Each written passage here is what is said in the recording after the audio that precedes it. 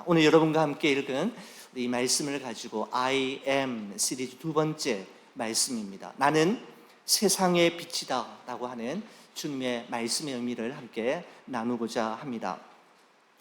여러분, 예수님께서는 요한복음에서 다른 사람의 입을 통해서가 아니라 예수님께서 직접 나는 누구누구이다 I am 또는 헬라어로는 에고 에이미라고 하는 형식으로 자기 자신을 소개하셨는데, 우리는 이것을 예수님의 7가지 자기 증언이라고 이야기합니다.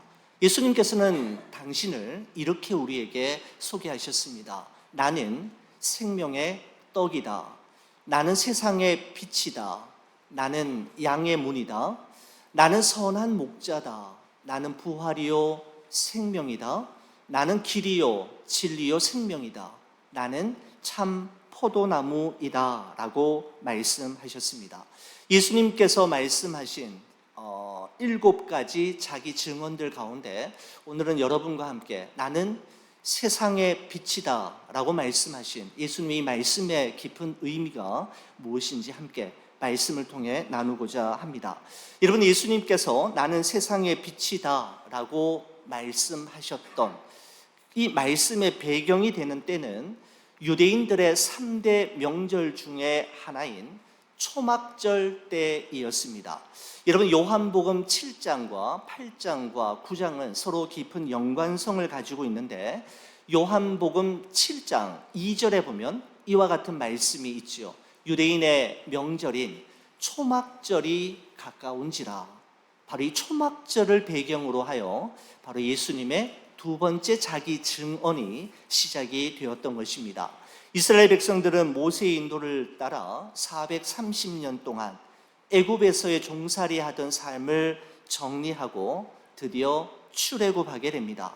광야 40년의 험한 길을 걸어가는 동안 우리 하나님께서는 단 하루도 거르지 아니하시고 만나와 메추라기로 먹이시고 낮에는 구름 기둥으로 그들의 갈 길을 앞서 인도하시며 밤에는 불기둥으로 그들을 덮어주시고 보호해 주실 뿐만 아니라 의복이 헤어지지 아니하고 발이 부르트지 않는 하나님의 놀라운 기적과 섬세한 돌보심을 받으며 40년 광야의 길을 걸었던 것이죠. 여러분, 바로 초막절이라는 것은 결단코 만만치 않았던 이 광야 40년의 여정 가운데 하나님께서 개입하셔서 그들의 갈 길을 인도하시고 그들의 모든 필요를 채워주셨던 하나님의 그 놀라운 은혜와 사랑을 기억하고 감사하며 기념하는 절기가 바로 초막절입니다. 여러분, 그런데 이 초막절에는 3가지 중요한 행사가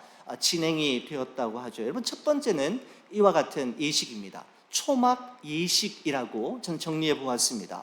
초막절을 지키는 8일 동안의 이 기간 동안에 이스라엘 백성들은 나뭇잎과 가지로 초막 텐트를 만들고 그 초막 텐트 안에서 8일 동안 머물면서 하나님께서 조상들에게 베풀어 주셨던 그 은혜가 얼마나 크고 놀라운지를 헤아리며 받은 복을 세어보는 시간을 가졌던 것이죠. 바로 초막 예식이었습니다. 두 번째는 물의 예식입니다. 물을 길러서 성전으로 나르는 의식인데, 매일 아침마다 백성들은 실로암 연못에서 떠올린 깨끗한 물을 떠다가 성전에 있는 제단 옆 은그릇에 붓는 일을 하였습니다. 부으면서 백성들은 이렇게 이야기하죠. 이사야 12장 3절에 따라 너희가 기쁨으로 구원의 우물들에서 물을 기르리로다 라고 하는 말을 외치며 실로암의 깨끗한 연못의 물을 제단에 붓는 일을 하였던 것입니다. 여러분, 이것은 바로 광야의 구름 기둥을 기억하며 기념하기 위한 예식이었습니다. 마지막 3번째가 바로 빛의 예식입니다. 불을 환하게 밝히는 의식인데, 매일 밤마다 제사장들은 예루살렘 성전에 있는 여인의 뜰에 불을 환하게 밝히고 그 불빛 아래에서 제사장들과 온 백성들이 더불어서 흥겹게 춤을 추며 노래를 불렀는데, 바로 이 빛의 예식은 광야의 불기둥을 기억하고 기념하기 위한 예식이었습니다. 바로 이 빛의 예식이 있었던 초막절 명절의 마지막 날 밤에 예수님께서는 그 환하게 밝혀진 불빛 아래에서 다음과 같이 말씀하셨던 것이죠. 나는 세상의 빛이니 나를 따르는 자는 어둠에 다니지 아니하고 생명의 빛을 얻으리라 라고 말씀하셨던 것입니다. 예수님께서는 빛과 생명을 연관시키시면서 빛이신 예수 그리스도 안에 거할 때 사람은 비로소 참 생명, 영원한 생명을 얻게 될 것임을 이 말씀을 통해서 그들에게 전하여 주셨던 것입니다. 여러분, 창세기 1장에 보면 혼돈과 공허 그리고 흑암으로 가득한 이 세상을 향해 창조주 하나님께서 첫 번째로 하셨던 말씀이 기록이 되어 있는데, 바로 그것은 빛이 있으라 라고 하는 명령이었습니다. 하나님은 빛은 창조하셨지만 어둠은 창조하지 않으셨습니다. 다만 빛과 어둠을 나누시고 빛을 낮이라 칭하시고 어둠을 밤이라 칭하셨습니다. 어둠이란 빛이 없음을 이야기합니다.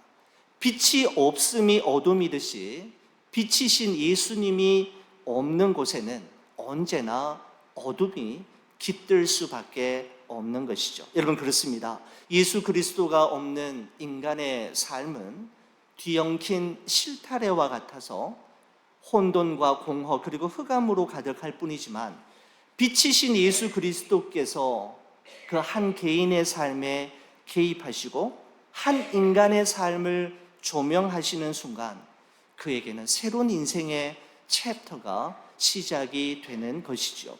여러분, 이와 같은 사실이 틀림없다라고 하는 사실을 증명하기 위해서 여러분, 이 요한복음의 저자인 사도 요한은 나는 세상의 빛이다 라고 하신 이 요한복음 8장 12절 말씀을 기준으로 해서 이 8장 12절 앞인 전반부인 요한복음 8장 1절에서 11절에는 간음한 여인이 빛이신 예수 그리스도를 만난 사건을 기록하고 있고, 요한복음 8장 12절의 말씀 이후인 요한복음 9장 1절에서 41절에서는 날 때부터 한 번도 앞을 보지 못했던 한 시각장애인을 빛이신 예수님께서 만나주신 이야기로 배치하면서 예수님께서 말씀하신 나는 세상의 빛이다라고 하는 의미가 무엇인지를 보다 선명하게 우리에게 말씀해 주고 있습니다. 저는 이 두 가지 에피소드를 여러분과 함께 나누면서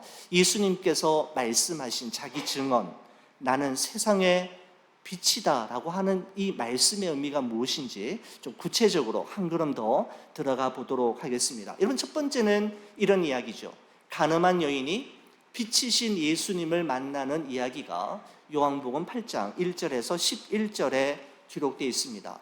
예수님께서 성전에 계실 때였습니다. 예수님께서 가르치실 때에 아주 율법에 정통했던 서기관과 바리새인들이 간음하다가 현장에서 잡힌 한 여인을 예수님 앞으로 질질 끌고 왔습니다. 그리고 예수님에게 이렇게 말했죠. 선생님, 선생님, 모세는 율법에서 이야기하기를 간음한 여인은 돌로 쳐 죽이라고 이야기했는데 선생님은 어떻게 하시겠습니까? 라고 하는 질문이었습니다. 여러분, 이 질문은 서기관과 바리새인들이 몰라서가 아니라 바로 예수님에게 이러한 질문을 던짐으로써 예수님을 곤경에 빠뜨리기 위한 목적이었습니다. 만약에 예수님께서 이 여인을 돌로 치라라고 말씀을 하신다면 언제나 사랑을 강조하셨고 7번씩 70번이라도 용서하라고 하신 예수님의 가르침을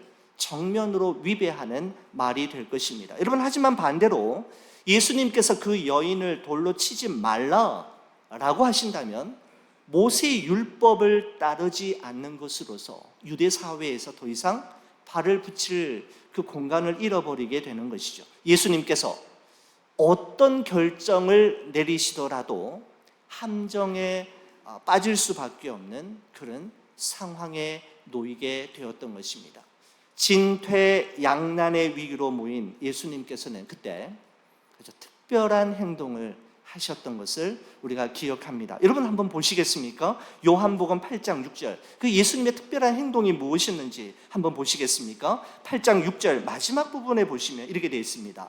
예수께서 몸을 굽히사 손가락으로 땅에 쓰시니라고 되어 있습니다. 8절 말씀 한번 보시겠습니까? 다시 몸을 굽혀 손가락으로 땅에 쓰시니라고 되어 있습니다. 여러분, 예수님께서는 두 번이나 반복해서 몸을 굽히시고는 손가락으로 땅에 무엇인가 글씨를 쓰셨다라는 것이죠. 여러분, 예수님께서 뭐라고 쓰셨을까요? 어떤 글을 그 바닥에 자신의 손가락으로 쓰신 것일까요? 여러분, 제가 만약에 천국에 가면 예수님께 물어보고 싶은 것이 참 많이 있는데요. 그 중에 한 가지가 이겁니다. 예수님, 그때 손가락으로 바닥에 뭔가 쓰셨는데 뭐 쓰셨어요? 뭐라고 쓰셨어요? 제가 이 질문 꼭 한번 해보려고 합니다. 여러분, 어떤 이들은 이렇게 이야기하는 것을 어느 책에선가 본 적이 있습니다. 어떤 이들은 그곳에 모인 사람들이 은밀하게 숨기고 있는 그들의 죄목을 낱낱이 얼굴 보고는 쓰고 얼굴 보고는 쓰고 이렇게 했다라고 하는 상상력을 동원하시는 분도 있고, 또 어떤 분도 이렇게 이야기하는 것도 있었습니다. 이 여인과 함께 음행한 적이 있는 서기관과 바리새인들의 이름을 그곳에다가 썼다. 여러분, 얼마나 낯뜨거운 일이겠습니까? 그렇게 이야기하시는 분도 계시는데 정답은 예수님께 직접 물어보는 수밖에 없을 것입니다. 여러분, 땅에 글을 쓰신 예수님께서는 다시 몸을 일으켜 세우시면서 요한복음 8장 7절에 다음과 같은 말씀을 하셨습니다. 저는 이 말씀이 참 좋아요. 8장 7절에 이렇게 되어 있습니다. 너희 중에 죄 없는 자가 먼저 돌로 치라 라고 하네. 정말 예수님의 그 지혜로움이, 슬기로우심이 듬뿍 담겨져 있는 표현이지 않습니까? 너희 중에 죄 없는 자가 먼저 이 여인을 돌로 치라 하셨습니다. 여러분, 예수님의 이 말씀은 끌려온 이 여인이나 끌고 온 서기관과 바리새인들 뿐만 아니라 돌을 들어 이 여인을 치려고 하는 그곳에 모인 모든 사람들을 아주 당황케 하는 충격적인 말씀이었음에 분명합니다. 너희 중에 죄가 없는 자가 있다면 그가 먼저 돌을 들어 이 여인을 치라라고 하는 예수님의 이 말씀 말입니다. 모든 것을 다 알고 계시고 모든 것을 다 꿰뚫어 파악하고 계시는 예수님의 이 준엄한 명령 앞에 그곳에서 계속 돌을 들고 머물러 있을 만한 사람은 아무도 없었던 것이죠. 하나 둘씩 돌을 놓고 떠나가자 예수님께서 이 여인에게 다음과 같이 말씀하셨습니다. 여자여, 너를 고발하던 그들이 어디 있느냐? 너를 정죄한 자가 없느냐? 나도 너를 정죄하지 아니하노니 가서 다시는 죄를 범하지 말라라고 하셨습니다. 바로 책망과 비난의 말씀이 아니라, 지적과 고발의 말씀이 아니라 용서의 말씀이었습니다. 여러분, 성경은 그 이후에 이 여인이 어떻게 되었는지 언급하고 있지 않기에 더 이상 알 바가 없지만, 저는 분명히 생각하기를 예전과 똑같은 모습으로 동일한 죄를 지으며 지금 이렇게 계속해서 이 여인이 살았으리라고는 생각하지 않습니다. 너희 중에 죄 없는 자가 먼저 돌로 치라. 나도 너를 정죄하지 아니하노니 가서 다시는 죄를 범하지 말라라고 하는 예수님의 이 말씀은 칠흑 같은 어둠으로 가득한 이 여인의 영혼을 비추는 한 줄기 빛과 같은 말씀이었을 뿐만 아니라 꽁꽁 얼어붙은 여인의 마음을 녹이는 따스한 햇살과도 같은 말씀이었다라는 생각을 하게 됩니다. 여러분, 이런 실험을 한 것을 제가 어느 책에서 본 적이 있습니다. 2개의 장독대를 준비하고요, 2개의 장독대 안에 각각 실험용 생쥐 한 마리씩을 넣었다고 합니다. 그리고 그 생쥐가 좋아하는 음식을 그 장독대 안에 푸짐하게 준비해서 같이 두었죠. 그리고는 빛이 전혀 스며들지 않도록 위를 아주 두꺼운 천으로, 또 두꺼운 마분지로 이렇게 덮어 두었습니다. 그러니까 빛이 그 독 안으로는 전혀 스며들지 않는 그런 상태를 만들어 놓았죠. 2개의 독 안에 한쪽 독에만 바늘을 가지고 구멍을 하나 딱 뚫었다고 합니다. 아주 미세한 구멍이지만 그 속으로 빛이 들어가게끔 만들었다라는 것이죠. 여러분, 생쥐가 어떻게 되었을까요? 여러분, 완전히 깜깜한 장독대 안에 있는 쥐는 그 안에 먹을 것이 엄청나게, 그 생쥐가 너무너무 좋아하는 음식들이 가득하고 풍족했음에도 불구하고 금방 죽어버린 반면에 바늘 구멍만한 그 작은 구멍 하나를 통해 외부와 연결이 되어지고 빛이 들어오고 공기가 들어왔던 그 장독대 안에 있는 생쥐는 오래오래 생존했다라고 하는 글을 보면서 참 많은 깨달음을 얻었습니다. 빛이 얼마나 중요한가, 소망과 희망이 얼마나 사람에게 힘과 용기를 주는지를 그 작은 실험을 통해서 본 적이 있습니다. 여러분, 실오라기 같은 작은 빛이 도간의 쥐에게 희망을 주었고 그 희망의 한 줄기 빛이 생쥐의 생명을 연장시켜 주었던 것이죠. 여러분, 독 안에 있는 그 생쥐에게 정말 필요했던 것은 풍부한 음식이 아니라 한 줄기 빛이었습니다. 여러분, 이와 마찬가지로 이 요한복음 8장에 등장하는 가늠하는 여인뿐만 아니라 오늘날 이 세상을 살아가는 여러분과 저를 포함한 모든 사람들에게 정말 필요한 것은 온 세상의 빛, 즉 생명의 빛이신 바로 예수 그리스도이심을 우리는 말씀을 통해서 다시금 확인하게 되는 것입니다.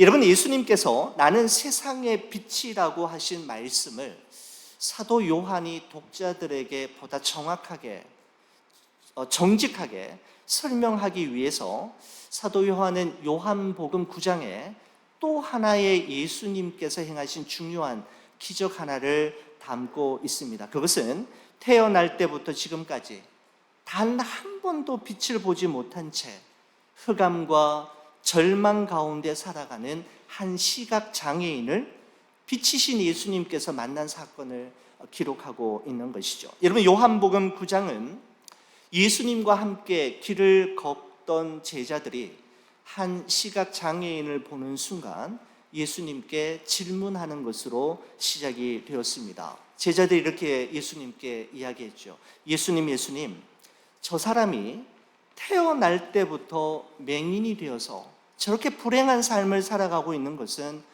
누구 죄 때문입니까? 저 사람의 죄 때문입니까? 아니면 저 사람의 부모가 지은 죄 때문에 저 사람이 저렇게 된 겁니까? 도대체 무엇 때문입니까? 누구 때문입니까? 라고 물었던 것이죠.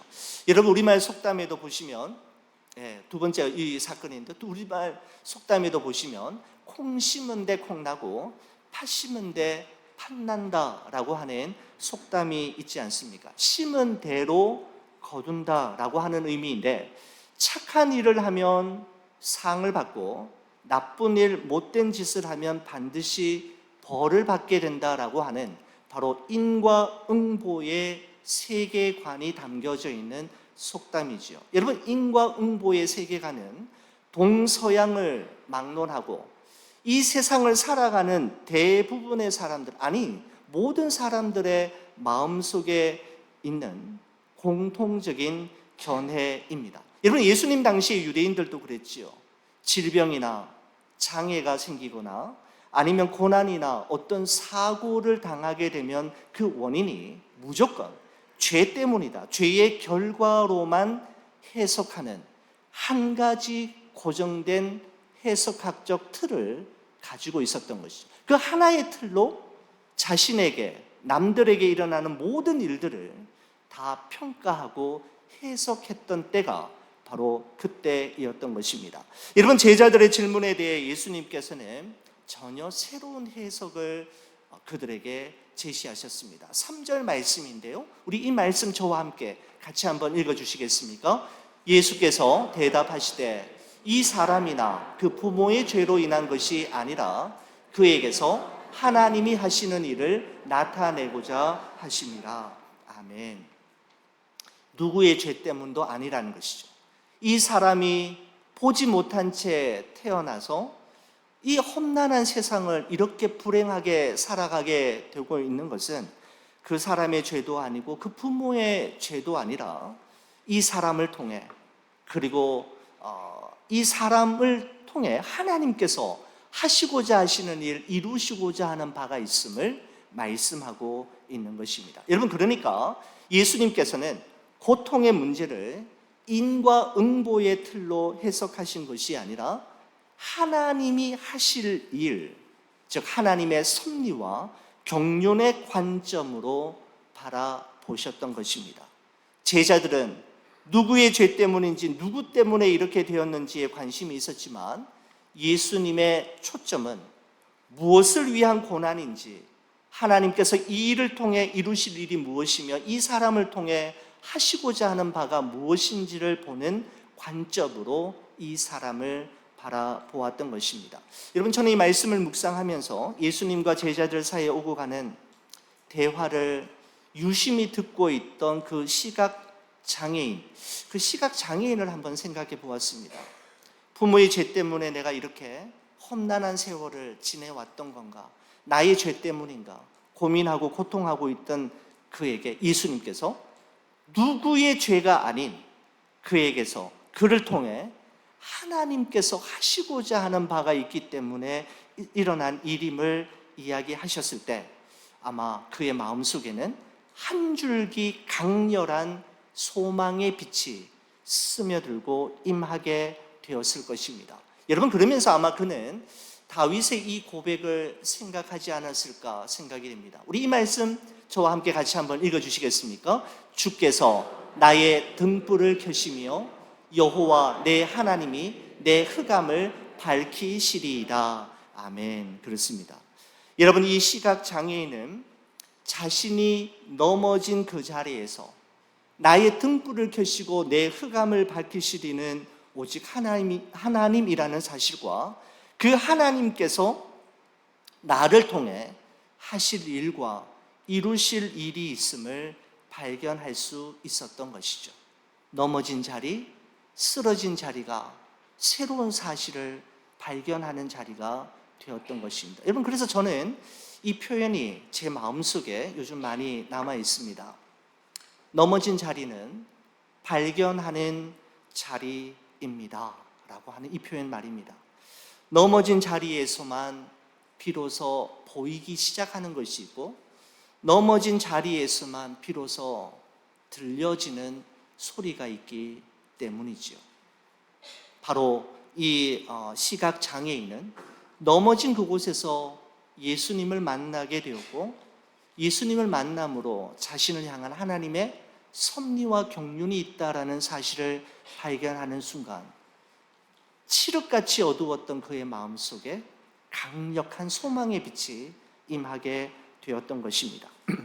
여러분, 사실 저도 저의 등불을 밝혀주시고 저의 흑암을 밝히시는 생명의 빛과도 같은 말씀이 저의 삶 속에도 많이 있어 왔지만 최근에도 있었습니다. 여러분, 우리 교회 주보 한번 보시겠습니까? 여러분, 주보를 보시게 되면 맨 위쪽에 2024 비전, 하나님의 열심히 이를 이루리라 라고 하는 여러분, 그런 비전 스테이트먼이 있지 않습니까? 우리 작년 한 10월쯤에 올해 2024년도 교회 사역과 또 저희 교회가 감당해야 할 일들에 대해서 기도하고 또 준비하던 중에 이 말씀이 저희 눈에 선명하게 들어왔고, 이사야서 9장 7절의 말씀을 근거로 우리 교회의 비전으로 삼았던 그런 문구입니다.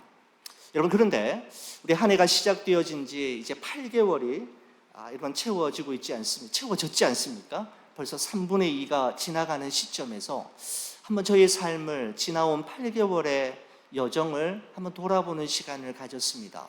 그렇다면 하나님의 열심으로 이루어진 일이 무엇인가?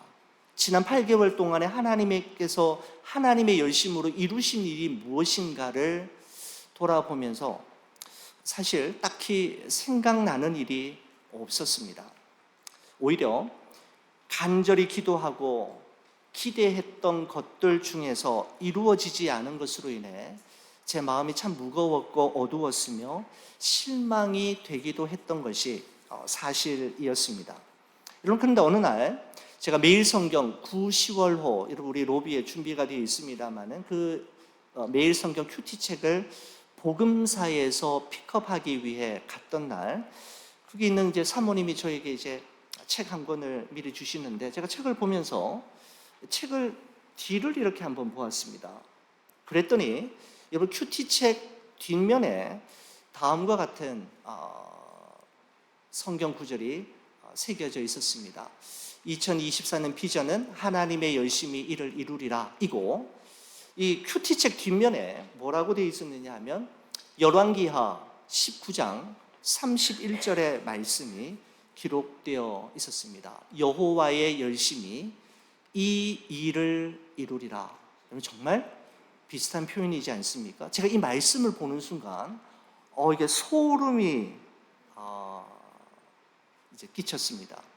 여러분, 깜짝 놀랐는데, 깜짝 놀란 이유가 한 3가지 정도 됩니다.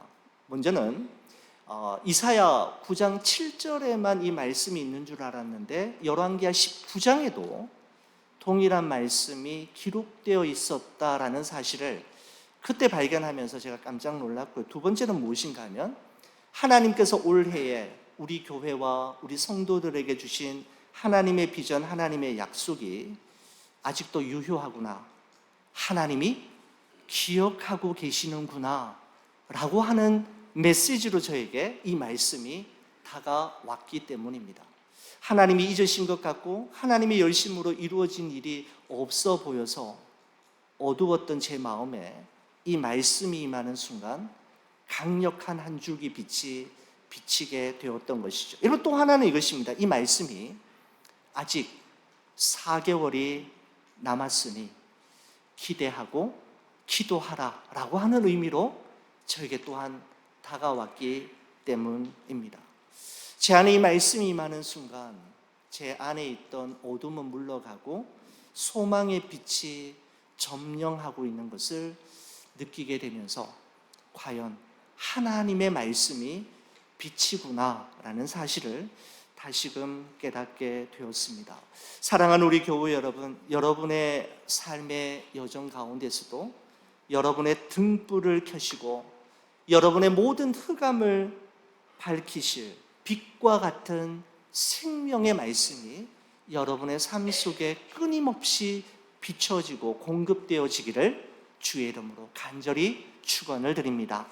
여러분, 그렇다면 예수님께서는 태어나면서부터 앞을 보지 못한 이 사람을 어떻게 하나님이 하시는 일을 나타내는 도구로 사용하셨을까요?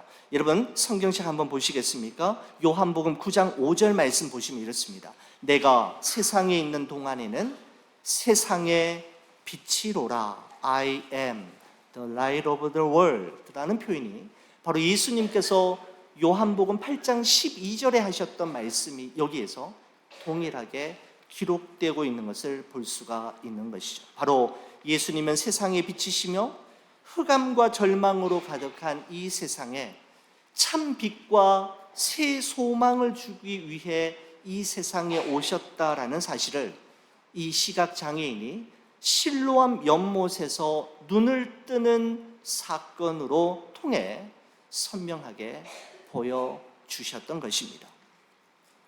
여러분, 이처럼 빛이신 예수 그리스도를 우리 마음에 모시고 그분과 늘 동행하는 삶을 살아갈 때 여러분, 우리 또한 빛으로 이 세상을 살아가며 빛을 나누는 존재로 살아갈 수 있습니다. 여러분, 우리 미국 백불 지폐에 나와 있는 사람이 우리 벤자민 프랭클린이라고 하는 이런 분입니다. 미국 건국의 아버지들 중에 한 분이시고 토마스 제퍼슨과 더불어서 독립선언문을 만들었던 정말 훌륭한 여러분 정치가이지 않습니까? 그는 과학자로도 유명하죠.